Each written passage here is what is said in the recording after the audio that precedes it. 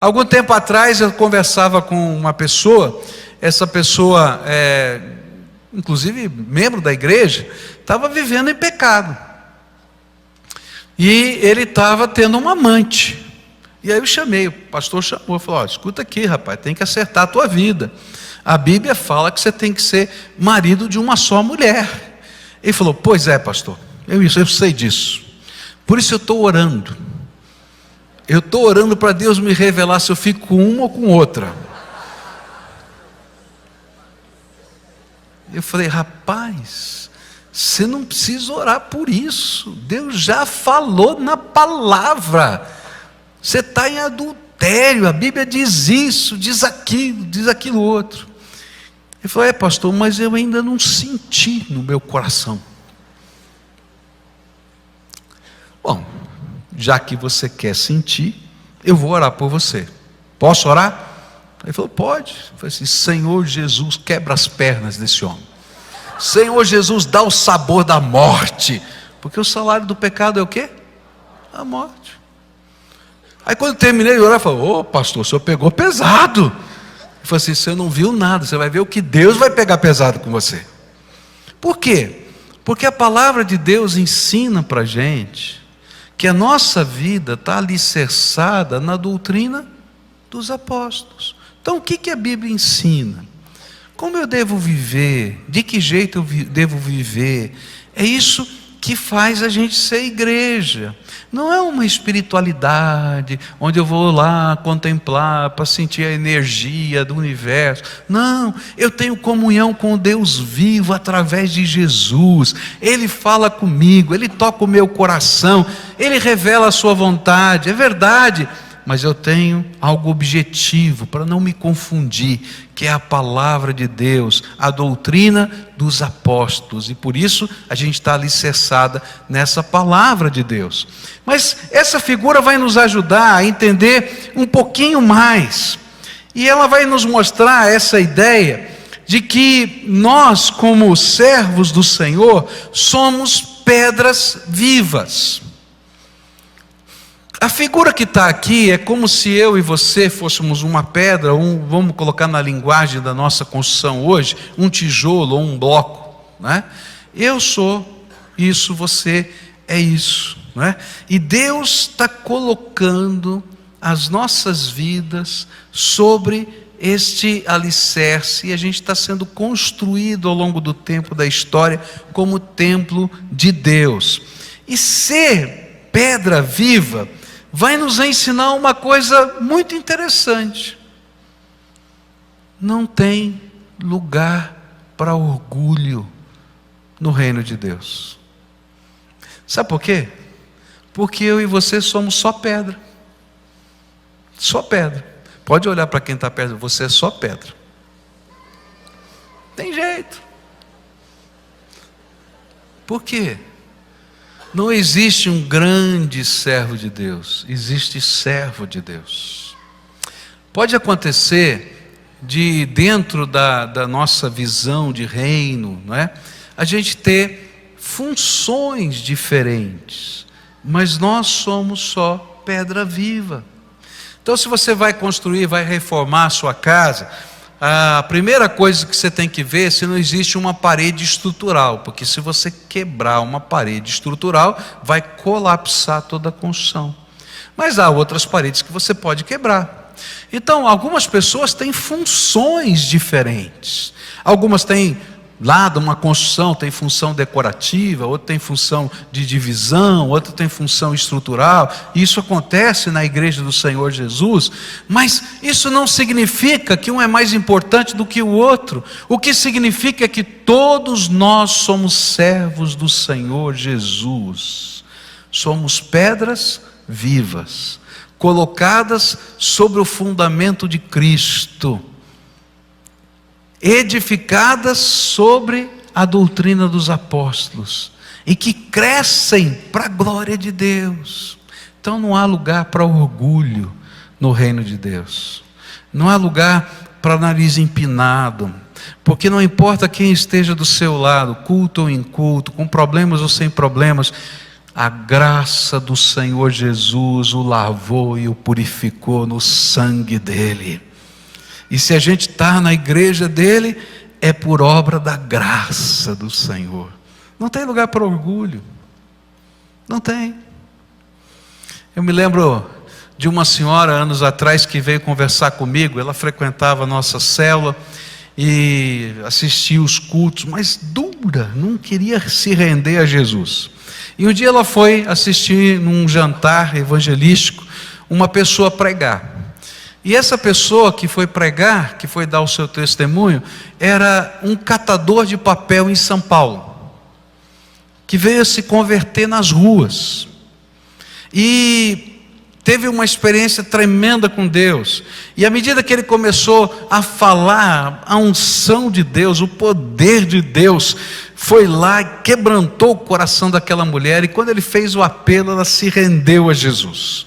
No domingo seguinte, ela veio me procurar: pastor, olha só o que aconteceu comigo. Eu falei: o que foi? Eu fui num jantar, não é? E ali tinha um pregador, aquele pregador muito esquisito, falava nós vai, nós vem, falava tudo errado. Mas eu não sei o que aconteceu. Na hora que ele fez o apelo, eu senti aquela coisa, e eu fui lá e me rendi a Jesus. Eu falei: aleluia, louvado seja Deus. Pois é, pastor, eu não entendo. Eu, uma pessoa tão assim, de classe e tal, venho aqui na sua igreja há tanto tempo e não me converto. Agora põe lá um cara que fala nós vai, nós vem, e eu me converto. Eu falei assim: eu acho que Deus quer te ensinar alguma coisa, porque aqui não tem lugar para orgulho. Todos nós somos pedras vivas de Deus. Está entendendo? Deus usa, e é a graça de Deus que faz a diferença na nossa vida. Fala para quem está perto: você é pedra viva. Você é pedra viva de Deus. Isso é bênção do Senhor. É louvado ao Senhor, louvado seja o Senhor por isso, né? A outra lição que esse texto vai ensinar para a gente é que nessa construção espiritual, nós estamos sendo edificados uns sobre os outros. Quando a gente levanta uma parede, tem uma fileira de blocos ali, ou de pedras, não é? Em cima do alicerce. Mas se só tiver aquela fileira, não tem construção. E aí a gente vai ver essa obra de Deus sendo levada a cabo até a volta do Senhor Jesus. E essa é a visão que a igreja está passando para a gente. Nós estamos em construção até a volta do Senhor Jesus. E nós estaremos em construção até que o Evangelho seja pregado a todos os povos, nações, tribos e línguas desta terra. E a gente está em construção. E aí, a primeira fileira foi a primeira geração de crentes que ouviram a palavra de Deus dos apóstolos. Mas sobre eles foram colocadas outras pessoas ao longo dos tempos. E se o Evangelho chegou no Brasil e chegou na sua casa, é porque Deus usou pedras vivas ao longo da história, que foram solidificando essas paredes para chegar aqui e chegar na tua casa. A lição que está aqui é que as pedras vivas, elas são suportadas por outras pedras vivas. Eu estou sobre alguém foi uma bênção na minha vida, alguém edificou a minha vida, alguém fez com que a graça de Deus, e às vezes não é uma pessoa só não, são várias pessoas que Deus está usando para sustentar a tua vida, fazer você entender o Evangelho, experimentar as coisas de Deus, ser abençoado pelo Senhor. E essa é a missão. Mas de outro lado, sobre você, Deus vai colocar outras pessoas, e quem vai sustentar é você. Porque ser pedra viva nessa construção de Deus é entender essa interdependência tremenda e maravilhosa do reino de Deus, em que eu sou abençoado e abençoo. É interessante isso, né? Eu me lembro de um irmão que me contou essa experiência. Ele estava, um dia estava lá orando e o Espírito Santo tocou o coração dele para fazer uma compra de mercado, para dar de presente para um amigo de trabalho. E aí ele entrou em crise, falou: Senhor, como é que esse meu amigo de trabalho vai receber essa compra? Ele pode ficar ofendido, porque eu estou dizendo que ele está necessitado, e talvez ele não esteja. E o Espírito Santo insistia: vai no mercado, faz uma boa compra e leva de presente para esse seu amigo. E aí ele, com muito temor, foi lá, fez a compra, pegou a sua esposa, não é? Porque ele não queria passar essa vergonha sozinho, então ele levou a esposa, né? E tem um homem que é assim, bota a esposa na frente, assim, né? É mais, né, jeitosa e tal. Bom, ele foi lá, colocou a compra lá no porta-mala, foi na casa desse amigo de trabalho, tocou a campainha, todo constrangido, e disse assim: olha, eu estava orando e Deus tocou o meu coração para fazer essa compra, abrir o porta-mala e dar de presente para você. Olha, eu não sei se você está precisando, não está precisando. Se não estiver precisando, você dá para alguém. Mas eu precisava fazer, porque foi um negócio de Deus na minha vida. Aí aquele homem começou a chorar, a mulher dele começou a chorar. Falou assim: vem aqui. Entraram na casa dele, ele abriu a geladeira, abriu os armários, não tinha nada. Deus mandou você aqui. Ser pedra viva é isso. Eu estou sendo suportado por alguém. E quantas vezes na tua vida Deus usou pessoas, às vezes para dar uma palavra, às vezes para orar por você, às vezes para simplesmente te dar um abraço quando você precisava. Essa coisa é tão tremenda, não é? Como Deus age e faz essas coisas na vida da gente. Às vezes um abraço faz toda a diferença. Eu me lembro de um grupo de meninos de rua que ficaram lá na galeria uma vez, e eles estavam se sentindo mal no meio da gente, porque eles estavam fedidos, mal cheirosos, e muita gente bonita, cheirosa aqui, não é? E eles ficaram lá escondidos, e um dos meninos orou assim: Deus, se tem lugar para mim na tua casa, manda alguém vir dar um abraço em mim. E aí o Michel estava comigo aqui no púlpito, e alguns introdutores vieram conversar: pastor, tem um grupo de meninos de rua lá na galeria, o que a gente faz? E aí o Michel disse: são meus convidados, deixa que eu vou lá, porque eles tinham feito evangelismo da rua e ele tinha convidado os meninos. Aí ele foi lá, subiu lá na galeria, e a primeira coisa que ele fez foi dar um abraço naquele menino. E aquele menino começou a chorar. E ele falou: rapaz, por que você está chorando? E ele contou: eu cheguei aqui me sentindo assim e tal, e eu pedi que Deus, se Ele tivesse me vendo aqui, tivesse lugar para mim na casa dele, mandasse alguém me dar um abraço. Ele manda o pastor sair do púlpito e vir aqui me dar um abraço. Deus existe, Ele me ama.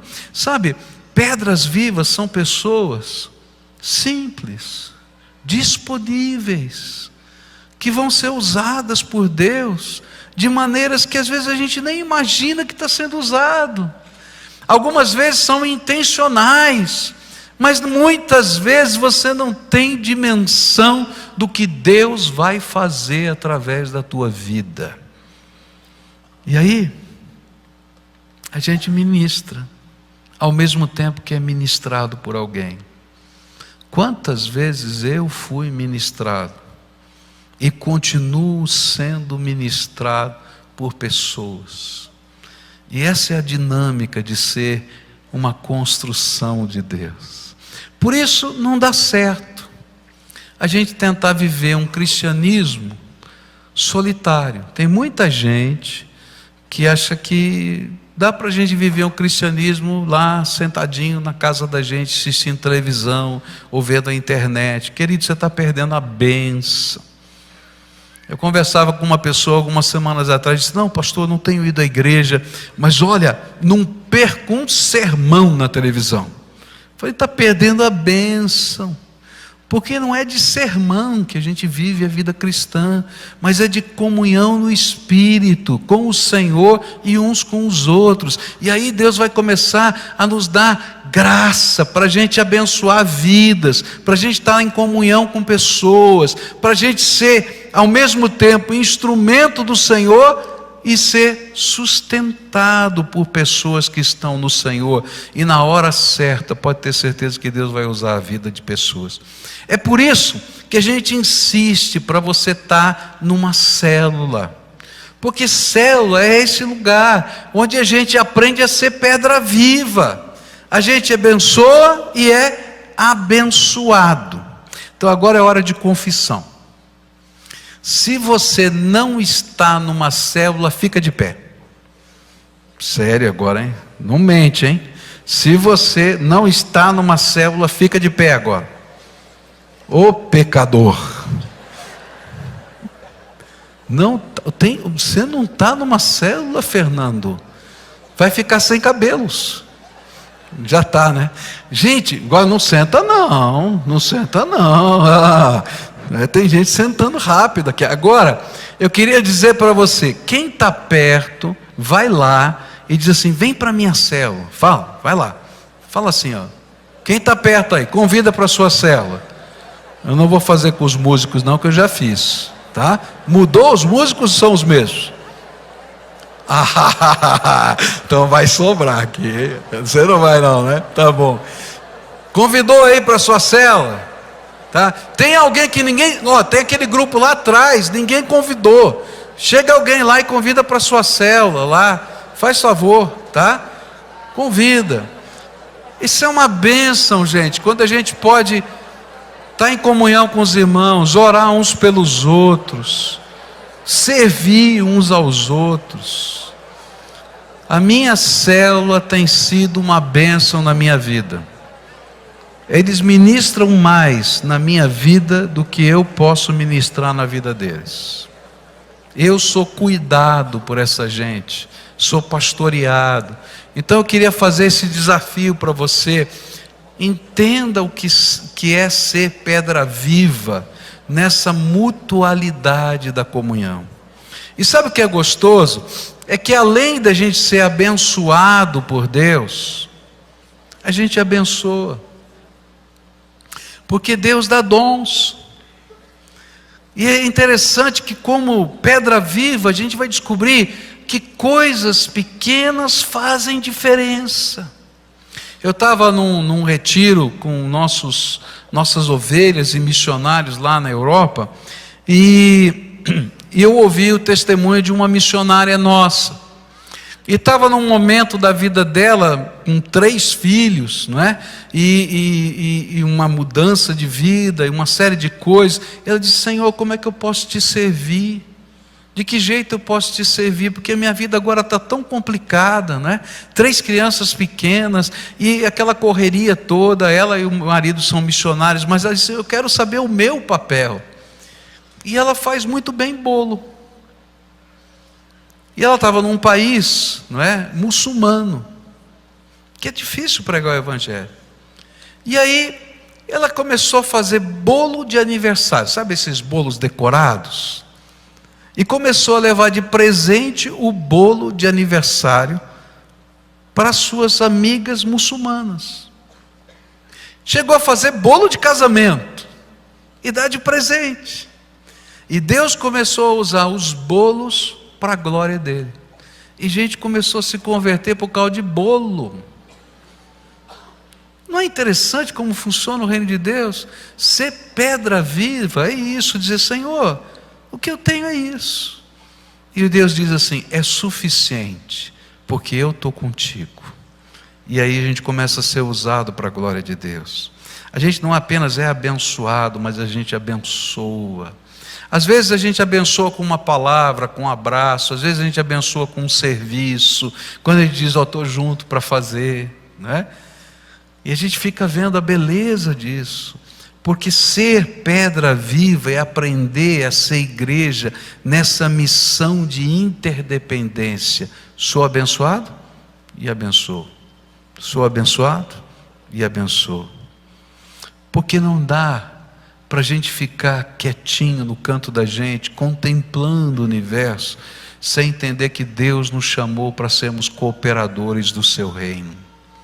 Ser pedra viva é entender que eu faço parte dessa construção de Deus e estou sendo edificado. Outra coisa tremenda nessa visão do reino é que todas as pedras vivas são necessárias. O que acontece se eu tirar um bloco, ou uma pedra, ou um tijolo da parede? O que é que fica no lugar? O que é que fica? Um buraco. E sabe, Satanás é muito astuto. E o que ele quer fazer é tirar não apenas um tijolo, mas tirar uma fileira de tijolos, seja na horizontal, na vertical, na diagonal. Quando você tira uma fileira de tijolos, o que vai acontecer? Vai colapsar aquela parede toda. E aí, sabe como é que ele faz isso? Ele diz para você: olha, você está numa igreja muito grande, você não vai fazer falta, ninguém vai perceber que você não está lá, não tem lugar para se trabalhar. Eu canso de ouvir gente dizendo assim: pastor, eu mudei de igreja para ficar sentado no banco e não fazer nada. Agora, se você é servo de Deus e ouve a voz do Espírito, não vai conseguir, porque Deus está dizendo que cada pedra viva da sua construção é necessária e insubstituível. É interessante isso, né? Porque quando a gente está fazendo uma obra, uma construção, construindo uma parede, tem lugares que não cabe um tijolo inteiro, não é verdade? E o que o pedreiro faz? Ele quebra e coloca um pedacinho naquele lugar. Já viu isso acontecer? E aí a gente vê que não importa se você é grande, pequeno, isso, aquilo, tem lugar para você na obra de Deus e no projeto de Deus, porque você é valioso demais para o Senhor. E às vezes, aqueles que são os menores são os maiores. Eu acho interessante, me lembro de uma ilustração de uma pessoa que tinha um quadro de ferramenta. Sabe aqueles quadros de ferramenta em que tem o desenho de cada ferramenta para ver que você não perdeu, né? E tinha ferramenta de tudo quanto era tipo. E aí alguém olhou e falou: puxa vida, mas quantas chaves de fenda diferentes você tem? Tem grande, tem pequena, tem desse jeito, tem daquele jeito. Você precisa de tudo isso? Ele falou assim: preciso. Essa grandona é para tirar parafuso teimoso, que aí eu não consigo tirar com as outras. Essa aqui eu consigo fazer a força e sai. Agora você está vendo essa pequenininha aqui? Tem parafuso e tem lugar que eu não consigo chegar. Só essa chave consegue fazer. Por isso todas elas são importantes para o meu trabalho. Eu acho que Deus olha para a gente como construção do reino e diz assim: querido, não importa se você é essa chave de fenda imensa, ou se é desse tamanho, você tem lugar no meu reino, você é parte da minha obra, e eu quero usar a tua vida para a minha glória. Não tem pedra viva dispensável. E se você está pensando assim, é cochicho de Satanás. Pode repreender Satanás, porque Deus quer abençoar a tua vida e fazer de você uma bênção. E a igreja pode ser grande ou pequena, não importa. O que importa é o servo. Se você é servo, alguma coisa vai acontecer. Eu me lembro uma vez que eu estava assistindo um culto. Nossa, eu estou falando demais agora, tem que terminar. Mas eu estava assistindo um culto aqui na igreja, e caiu um negócio e quebrou aqui no chão. E eu estava olhando assim, e eu vi assim uma coisa linda. Alguns irmãos se levantaram espontaneamente, começaram a recolher. Tinha um monte de gente olhando, assistindo, mas aqueles irmãos pularam, foram lá, recolheram assim. Eu fiquei pensando: que coisa linda é o povo de Deus. Tem alguns que têm uma disposição para servir, ninguém precisa mandar. Tem outros, que têm outras qualidades diferentes. E nessa multiplicidade, Deus está construindo a sua igreja. Você é pedra viva. Fala para quem está perto de você. Do edifício de Deus. Pedra viva do edifício de Deus. Por isso não tem lugar para o individualismo no reino de Deus.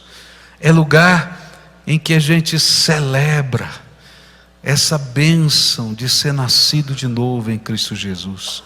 Está alicerçado em Cristo, sobre a doutrina dos apóstolos, que tem uma história por trás de gente que foi construída antes de nós e que suportou a nossa vida. E agora há um desafio para que a gente possa suportar aqueles que Deus está trazendo para perto dele. Eu queria concluir esse culto orando, como a gente sempre faz. E eu queria hoje fazer 2 orações. Na verdade, eu quero que você faça essas 2 orações. A primeira oração tem a ver com pessoas. Pessoas que marcaram a tua vida. Tem gente na tua história que Deus usou para te abençoar. Tem gente na tua história que foi uma pedra viva. E talvez até hoje continue sendo uma pedra viva. E hoje eu queria que a gente agradecesse a Deus por pessoas. Talvez até algumas delas já tenham morrido. Mas hoje eu quero levantar a Deus louvor pela vida de pessoas que marcaram a minha história e a sua história. Eu me lembro de um professor meu, que ele deu um testemunho, ele doutor, etc, tal, estudou nos Estados Unidos, e ele disse para mim o seguinte: quando eu fui para lá estudar, eu não podia trabalhar. Tinha sido me prometido uma bolsa de estudos, e quando chegou lá, a minha igreja, que tinha me prometido a bolsa de estudos, disse que não podia me dar a bolsa de estudos, e eu estava com a minha família toda lá, e eu não tinha como sustentar a minha família. E então eu saía de noite para revirar as lixeiras do McDonald's. Não sei se você sabe, mas há uma regra no McDonald's que aquele sanduíche não pode ficar mais do que tantos minutos no expositor. Depois disso eles têm que jogar fora. Ele ia lá para ver se tinha sanduíche jogado fora, para levar para sua casa. E ele começou a frequentar uma classe de escola dominical numa igreja americana. E ali começou a frequentar, assistir às aulas. E tinham 5 senhores dessa classe, era uma classe de homens, que começaram a se importar com ele, convidá-lo para ir à sua casa, a orar por ele. E Deus começou a ministrar, e ele nunca falou nada disso. E Deus começou a ministrar no coração daqueles 5 homens que precisavam ajudá-lo a estudar. E durante todo o seu curso, aqueles 5 homens sustentaram a família desse pastor. 5 homens. E ele estava me dando aula, lá no doutorado. Ele diz assim: eu sou o que sou porque Deus me fez assim. Mas se eu cheguei até aqui porque Deus colocou 5 homens de uma classe de escola dominical para me abençoar. E sempre que eu vou e volto àquela cidade, eu vou visitar esses 5 homens. E pelo menos uma vez por ano eu vou ligar para eu ligo para esses 5 homens para saber como eles estão. E para agradecer a Deus a vida desses 5 homens. Deus usa pessoas para sustentar a tua vida, das mais diversas maneiras possíveis. Então hoje eu queria que você agradecesse a Deus pela vida dessas pessoas. E queria dar uma lição de casa, abençoadora. Hoje, se você puder, telefona para uma delas e diz: hoje eu orei por você e agradeci a Deus a tua vida, porque você na minha história foi uma bênção. Às vezes a gente não sabe fazer isso, não é verdade? Lembra daqueles leprosos que nunca voltaram para agradecer? Às vezes nós somos assim também. A gente não sabe reconhecer a bênção de Deus na vida de pessoas. Mas a segunda oração que eu queria que você fizesse hoje é aquela em que a gente vai dizer assim: Senhor, Já fui tão abençoado. E vou continuar sendo, porque eu não quero perder a tua bênção. Mas me mostra quem o Senhor quer que eu seja esse tijolo que está por baixo e que suporta o peso. Me mostra alguém, Senhor. E me mostra o como.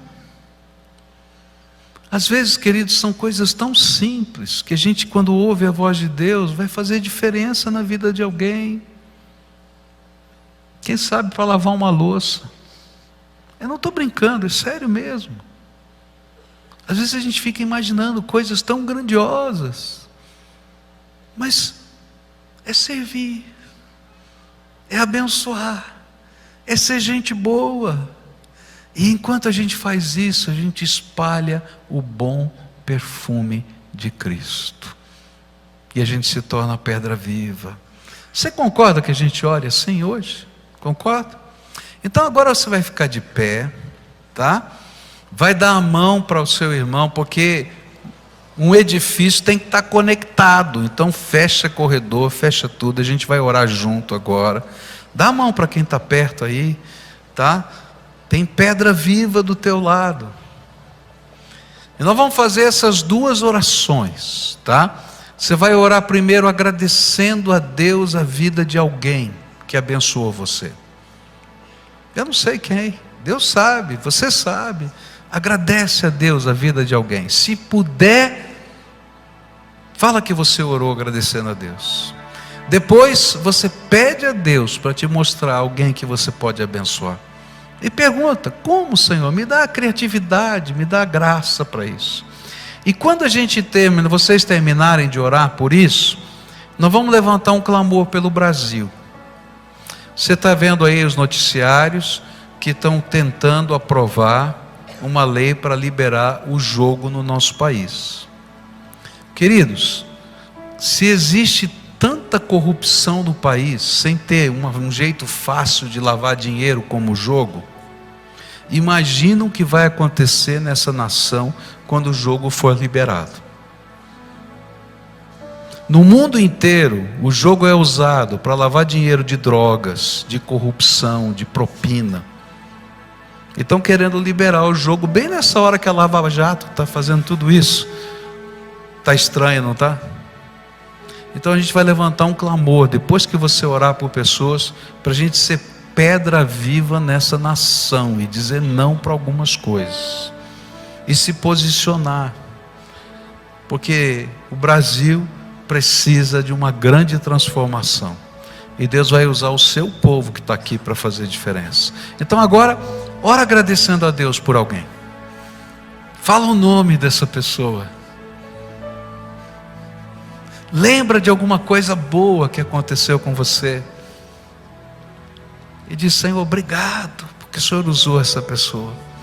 Louvado seja o teu nome.